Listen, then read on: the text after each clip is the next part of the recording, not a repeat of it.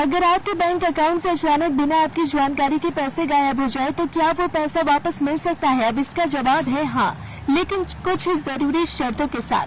भारतीय reserve bank यानी RBI ने ऑनलाइन फ्रॉड के शिकार लोगों के लिए नया नियम जारी किया है।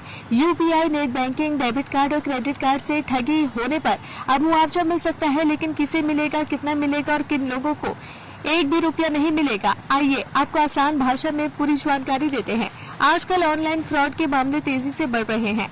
कई बार लोगों के मोबाइल पर अचानक मैसेज आता है कि उनके अकाउंट से 20,000 या उससे ज्यादा रुपए कट गए हैं, जबकि उसने कोई ट्रांजैक्शन किया ही नहीं। ऐसे मामलों में लोग सबसे पहले बैंक से संपर्क करते हैं, लेकिन कई बार उन्हें यह तक नहीं बताया जाता कि उनका पैसा वापस मिलेगा या नहीं। अब इसी समस्या को देखते हुए आरबीआई ने नया नियम जारी किया है। आरबीआई ने 24 जून 2026 को नई गाइडलाइन जारी की है, जिसके तहत ऑनलाइन फ्रॉड के शिकार ग्राहकों को मुआवजा दिया जाएगा। हालांकि यह नियम 1 जनवरी 2027 से उसके बाद होने वाले इलेक्ट्रॉनिक बैंकिंग ट्रांजैक्शन पर लागू होगा। यह नियम देश के लगभग सभी कॉमर्शियल बैंकों पर लागू होगा। हालांकि small finance bank, payment bank, regional rural bank और लोकल एरिया बैंक इस नियम के दायरे में नहीं आएंगे। इसमें लगभग सभी तरह के डिजिटल ट्रांजैक्शन शामिल होंगे, जैसे UPI payment, net banking, mobile banking, debit card, credit card, card swipe, tap payment और ऑनलाइन कार्ड पेमेंट। अब सबसे बड़ा सवाल यह है कि पैसा वापस मिलेगा कैसे? आरबीआई ने साफ किया है कि अब बैंक सिर्फ यह कहकर जिम्मेदारी से नहीं बच सकते कि ग्राहक की गलती थी। अगर बैंक ऐसा दावा करता है तो उसे साबित करना होगा। आरबीआई ने इसके लिए 3 बड़ी शर्तें तय की है। पहली शर्त, अगर बैंक की किसी सुरक्षा चूक, सिस्टम की गलती या बैंक की लापरवाही की वजह से फ्रॉड हुआ है तो ग्राहक शिकायत करे या ना करे, बैंक को पूरा पैसा वापस करना होगा।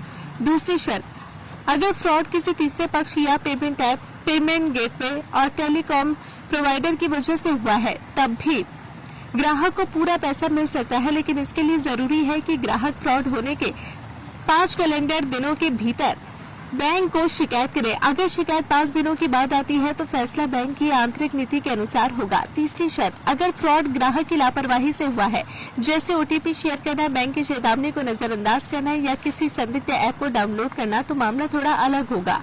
हालांकि आरबीआई ने यहाँ भी राहत दी है। अगर ग्राहक ने फिशिंग लिंक पर क्लिक किया हो या फिर गलती से ओटीपी शेयर किया हो, लेकिन नुकसान कम हो और उसे तुरंत शिकायत दर्ज कर दी हो, तो कुछ मामलों में उसे मुआवजा मिल सकता है। अब बात करते हैं कितना मुआवजा मिलेगा। आरबीआई के अनुसार किसी व्यक्ति को जीवन में सिर्फ एक बार यह मुआवजा मिलेगा। मुआवजे की अधिकतम सीमा 25,000 रुपए होगी या फिर फ्रॉड की गई रकम का 85%, दोनों में जो कम होगा वही मिलेगा। उदाहरण के तौर पर अगर किसी के साथ 50,000 रुपए की ठगी हुई है तो उसे अधिकतम 25,000 रुपए का मुआवजा मिलेगा। लेकिन अगर भविष्य में उसके साथ दोबारा ऑनलाइन फ्रॉड होता है तो इस योजना के तहत दूसरी बार मुआवजा नहीं मिलेगा। आरबीआई ने यह भी बताया कि अगर फ्रॉड की रकम 29,412 रुपए से कम है तो ग्राहक को नुकसान के 85% तक मुआवजा मिलेगा।